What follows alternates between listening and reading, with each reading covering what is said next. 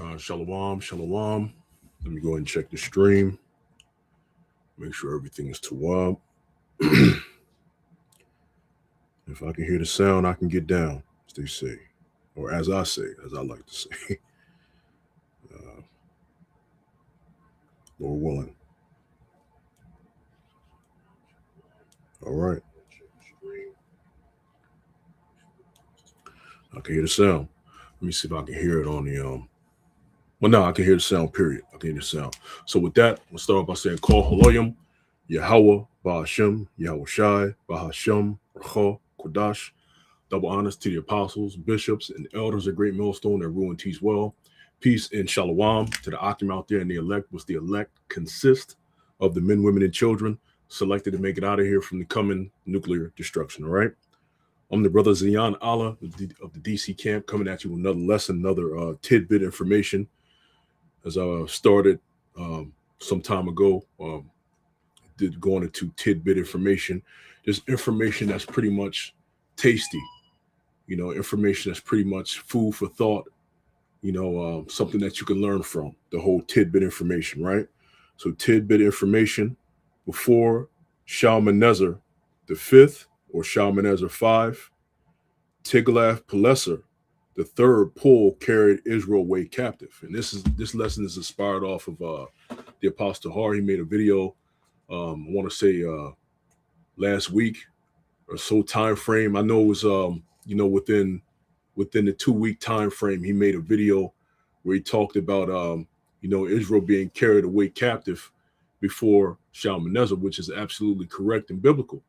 And I tried to find another video that I did touching the topic, that I did before, and I couldn't find it. So the Spirit had it to where let me just do a quick lesson on the tidbit information. Yes, indeed, land backing off the Apostle Har, Israel the northern tribes did indeed get carried away captive prior to Shalmaneser V. That's an Assyrian king thing. The Assyrian kings always took individuals, because they didn't just do this to Israel, which you'll see. They took individuals, right, and they took them out of their land, placed them in different parts in Assyria, because obviously that's where they're ruling from, the Assyrian location, Assyria, right, due to the Assyrian Empire, right, and they often practice something called, I think they had it written here, it was called population exchange, which is heavily recorded in scriptures when dealing with Shalmaneser V, and Salakia for being jumbled up in my words, but they practice something called population exchange, right? And it was really noted when the tribes really got exchanged under Shalmaneser V. Of course, King Pul or Tiglath-Pileser, he actually did take Israelites out of that land, but the exchanging of particular nations going into the land of Samaria, the northern parts of Israel, that was recorded under Shalmaneser the fifth. So let's go ahead, without further ado, let's get into the lesson, right? This is something called Deep Seek, right? It's kind of like a chat GPT. I like to use Deep Seek, right? I put on there just so I can, get something going with this, right? So I put on there very easy for Deep Seek to understand. I said Assyrian kings that deported Israelites before Shalmaneser V, right? It gives this whole thought pattern right here before it gives an answer. And then it says, yes, the Assyrian king, which we know, and we're going to get it in the scriptures, but I like to, give you a visual and stuff like that from the AI platforms. And shalom, shalom, humble servant, 144, Yahweh Shem Shabbarakatah. It says, yes, the Assyrian king who departed Israelites before Shalmaneser V was Tiglath-Pileser III, also known as Pul in the Bible. So before we get Pul or Tiglath-Pileser, let's get the one that we all know right off the back, especially in dealing with population exchange, right? Let's get 2 Kings 17. 2 Kings 17 in verse, notice even they have it titled up here, Why Israel Fell. As a matter of fact, let me change the screen. We can have the bigger screen down there. Okay, well, up there, right? So it said why Israel fell, right? It says 2 Kings 17:7. For so it was that the children of Yashar'Allah had sinned against the Lord their power, which had brought them up out of the land of Egypt. And the Lord never made us forget that. Because by then that was that was some time, hundreds of years, hundreds with an S of years away. And the Lord still brought it to our attention that he brought us out of the land of Egypt. Why? Because that was a great deliverance. That's why it says, no more will it be said the children of Israel will be delivered out of the land of Egypt, but out of where? The land of the north, right? Still to this day, Israel is still a great deliverance that the Israelites have been delivered out of the land of Egypt, right?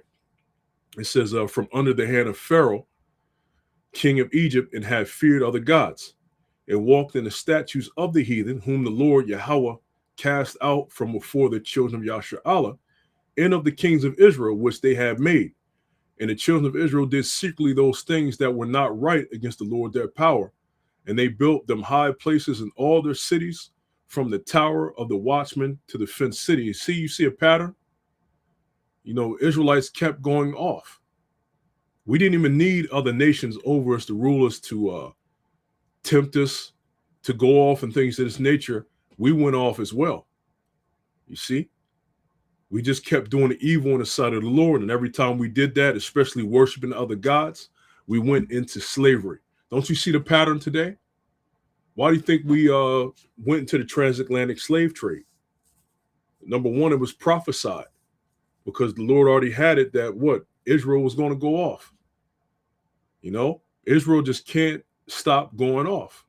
So guess what? It was going to be prophecy that we were going to go into Egypt again with ships. Right. And it says, and not just that particular aspect of it. What about when the northern tribes was already over here? They also went in slavery by way of ships. They went to Europe. Okay. They were transferred over to Europe as well by way of ship. You see, they were in hardcore bondage and slavery first before the Southern Kingdom got to the Americas. All right, in the Caribbean islands and things of this nature. It says, verse 10, and they set them up images and groves in every high hill and under every green tree. And there they burned incense in all the high places, as did the heathen, whom the Lord Yahweh carried away before them, and wrought wicked things to provoke the Lord to anger. And it's crazy because these Israelites, man, they knew the name of the Lord. They knew the name of the Lord, just like humble servant 144 said, Yahweh Shemel Shah Baraka Thumb, blessing me back in the spirit. They knew the names. They knew the name of the Heavenly Father. And yet they still burn incense, all right, to other gods. All right, you should see a pattern. That's what happened with us. You ever wanted to know why we ended up in slavery? Well, you got it. This is the reason why. Okay. It says, for they served idols whereof the Lord has said unto them, ye shall not do this thing. Yet the Lord Yahweh testified against Yashar'Allah and against Yahweh by all the prophets and by all the seers, saying, turn ye from your evil ways and keep my commandments and my statutes according to all the law which I commanded your fathers, and which I sent to you by your servants the prophets. Notwithstanding, they would not hear, but harden their necks, like to the neck of their fathers. That's what it means to have a stiff neck, right? They would not hear, right? And harden their neck as their fathers. So when you see Israel saying they had a stiff neck, right? This is the definition. It breaks it down. It says, like to the neck of their fathers that did not believe in the Lord their power. All right. It says, let me see. Because this goes into our fall, going into other gods. Now, I want to jump down. And it says, 2 Kings 17:23, until the Lord removed Israel out of his sight, as he has said by all his servants the prophets, so was Israel carried away out of their own land to Assyria unto this day. And we were carried away by Shalmanassar, right? Let me see. Let me keep going.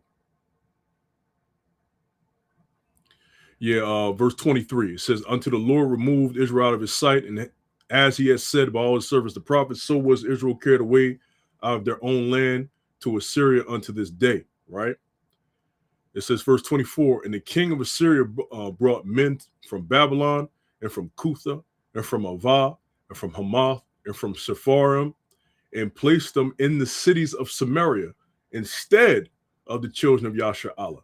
And they possessed Samaria and dwelt in the cities thereof." That's where you get that woman at the well, right? Because those nations been placed in Samaria, right? They've been placed in northern tribe Israel locations, right? And they've been placed there so long that they thought that they were the people. You see, they thought that they also, right, can have claim to that. All right, that's why the Lord told her, "You worship you know not what, for salvation is of the Jews." Right? So we got carried away. The northern tribes got carried away, and these different particular nations got what population exchanged in that land. And that's a huge practice of the Assyrians. They did population exchanges. All right. So I wanted to get that one. And see the one in the if I can't find it, I'll just pull up another tab. And the one in Second Ezra's, right? Second Ezra's, to back it up, 13. And I know it's a little bit down. Second Ezra's was it 16 and no 13 and 39. "And whereas thou sawest that he gathered another peaceable multitude unto him, those are the 10 tribes which were carried away prisoners out of their own land in the time of Hosea the king," which is Hosea. It says, "Shalmaneser, whom Shalmaneser the king of Assyria led away captive. And he carried them over the waters, and so came they into another land," right? And this is the start of right before they gathered the resources and the thing they needed to take that long 1.5-year trip over to the Western Hemisphere. Okay, see? So Shalmaneser definitely, right, took Israel away captive to the land of Assyria. And as we read in 2 Kings, the 17th chapter, he did a population exchange and put other nations there, mainly a lot of Cushites today. It was other nations other than Cushites when you read that list, but mainly Cushites as well that he put there in that land, right? So we got the one that we know, right? I'm not saying brothers don't know it. Know the other one. It's just that it's well known when mentioning Israel being carried away captive from an Assyrian king, right? So now let's get 2 Kings 15, right? 2 Kings 15. Now this is 2 Kings 15 in verse. All right, let me see. I want to get to it. That was evil in the sight. Yeah, 2 Kings 15 and 27. "In the 52nd year, right, of Azariah, king of Judah, Pekah, the son of Remaliah, began to reign over Yashar'Allah in Samaria, and reigned 20 years, right? And he did that which was evil in the sight of the Lord. He departed not from the sins of Jeroboam, the son of Nabal, or son of Nebat, who made Israel to sin. In the days of Pekah, king of Yashar'Allah, came Tiglethpileser, king of Assyria, and took Ijon and Abel Beth Maacah or Maacah, and Genoa, and Kedesh, and Hazor, and Gilead, and Galilee, and the land of Naphtali, and carried them away, or carried them not away, carried them captive, right, to Assyria. You see that? So these Assyrian kings always practice taking us away captive to where they ruled, to Assyria, right? Because that was the Assyrian Empire. So it carried us away captive to Assyria.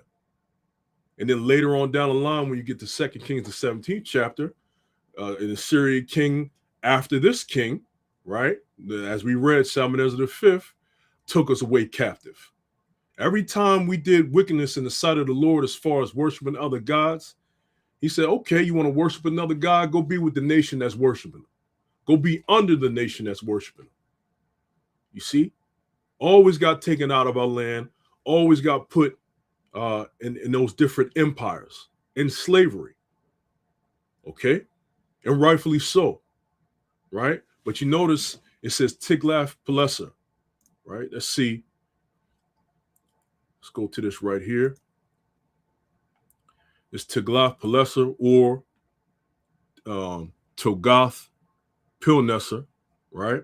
Thou wilt uncover the wonderful bond, an Assyrian king who attacked Samaria or northern kingdom of Israel in the reign of Pekah.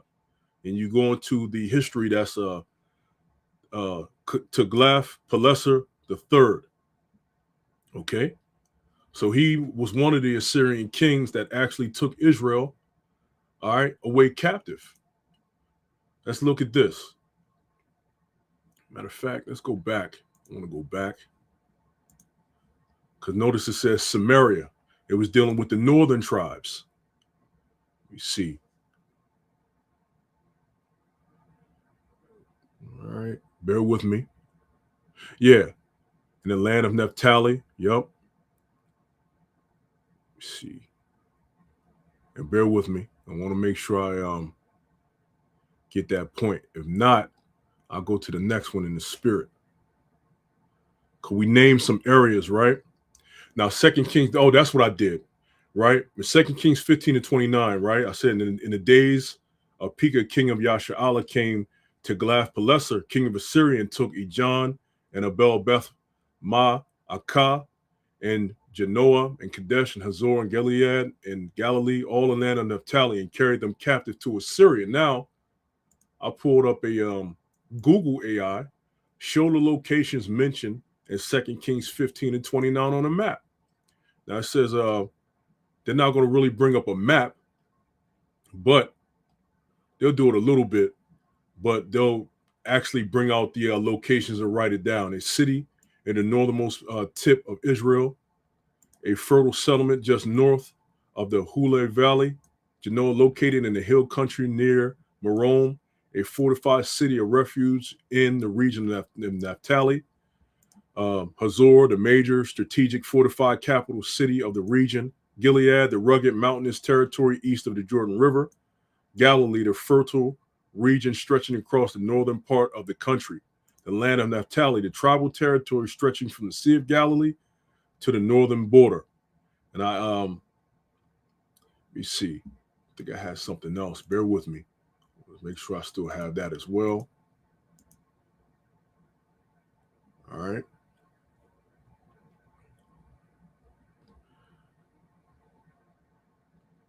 You see. So bear with me.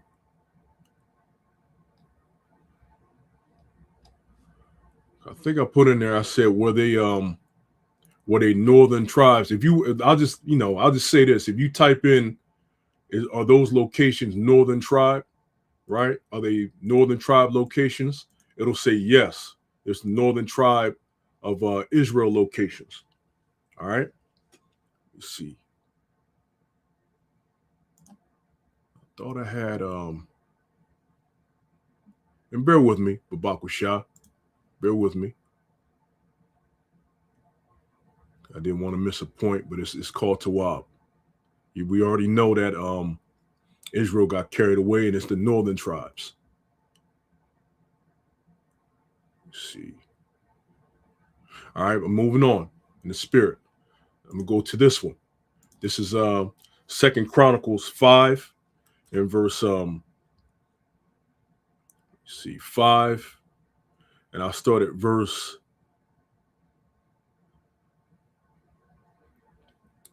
18. The sons of Reuben and the Gadites and the half tribe of Manasseh are valiant men able to bear buckler and sword and to shoot with bow. This is one of the scriptures we use to let you know who the Gadites and the Reubenites are as well. are able to shoot with bow. Who's known for doing that? All right. It says in the half tribe of Manasseh, it says, and skillful in war were 440,703 score that went out to the war. Right. It says, and they made war with the Hagarites, with Jephthah or Jetur and Nephish and Nodab. All right, I'm gonna jump down.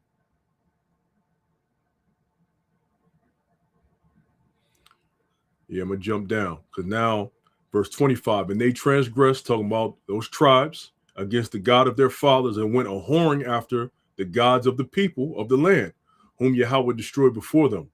And the Lord Yahweh of Israel stirred up the spirit of Pul, king of Assyria, and the spirit of Tiglath-Pileser, king of Assyria, which they're the same person. It would look like they're a separation, but it's the same person. And he carried them away. See, notice it says, and he carried them away. It didn't say, and they carried them away.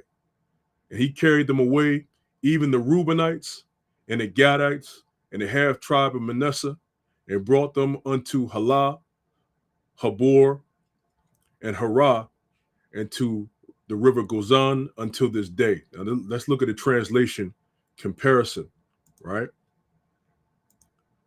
When you go to the NLT, it says, so the Most High of Israel calls King Pul of Assyria, also known as Tiglethpileser.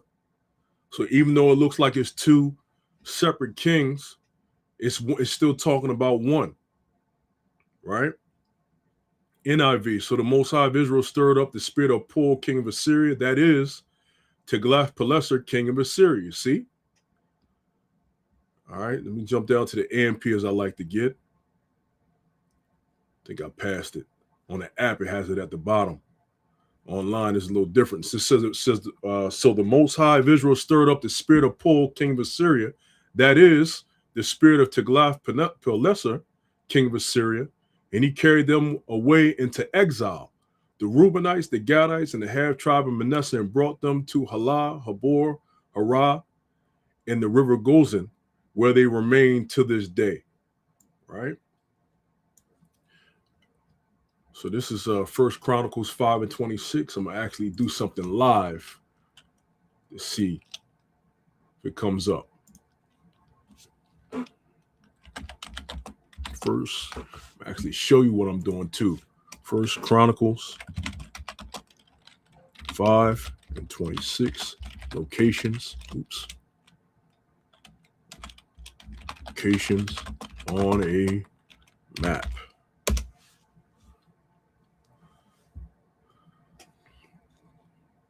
Yep. Now it'll show you, right? It says from the Jordan River to Mesopotamia, right? And then they give you a little map right here. Let's see if I can blow this up.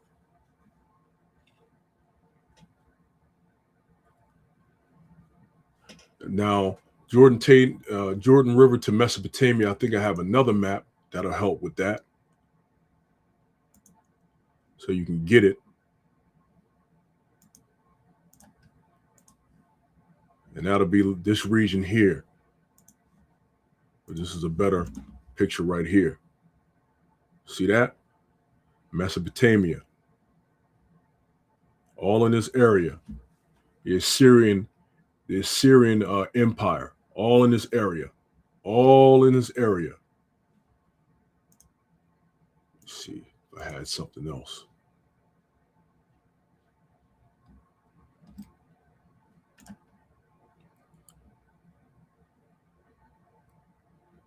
Yeah, you see.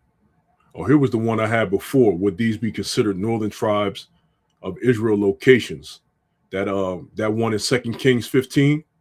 They said, yes, all of these locations belong strictly to the northern kingdom of Israel. So that ties it in with 1 Chronicles, the 5th chapter, letting you know that it was the Gadites, the Reubenites, and the Manassites that got carried away. So that Pul, all right, that also said Tiglath-Pileser, is the same exact one that's written in 2 Kings 15 and 29. All right.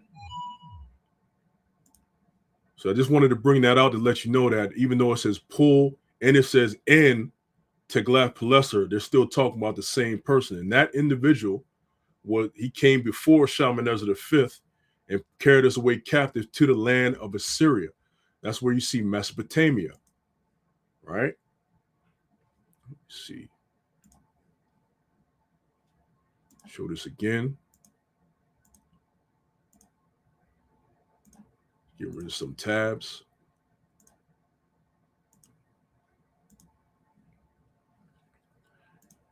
Right? It says, let me see.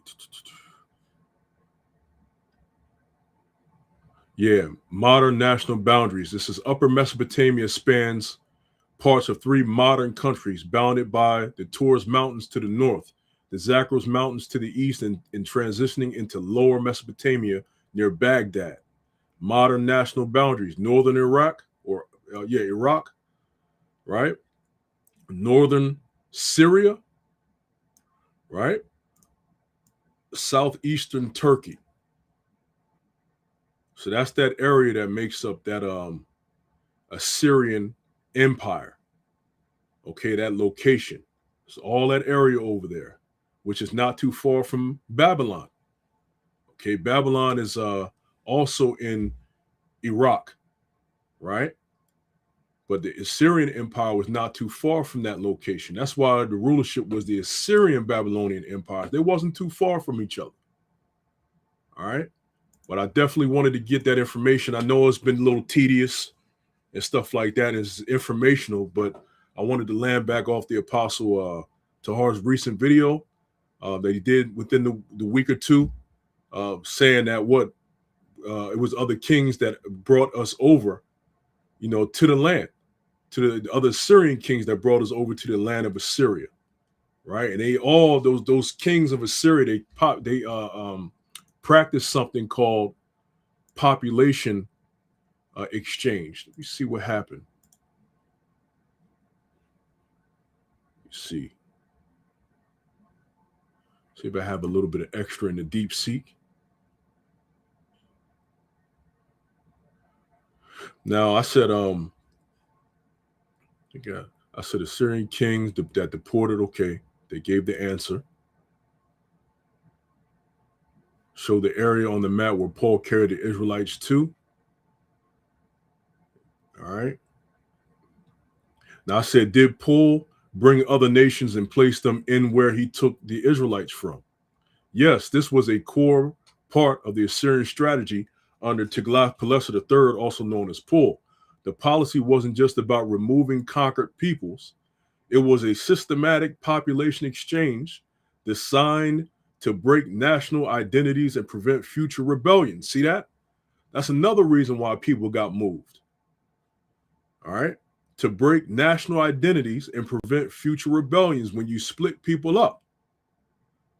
Okay? And it talks about the repopulation of Samaria that happened under Shalmaneser V, and it says system-wide practice.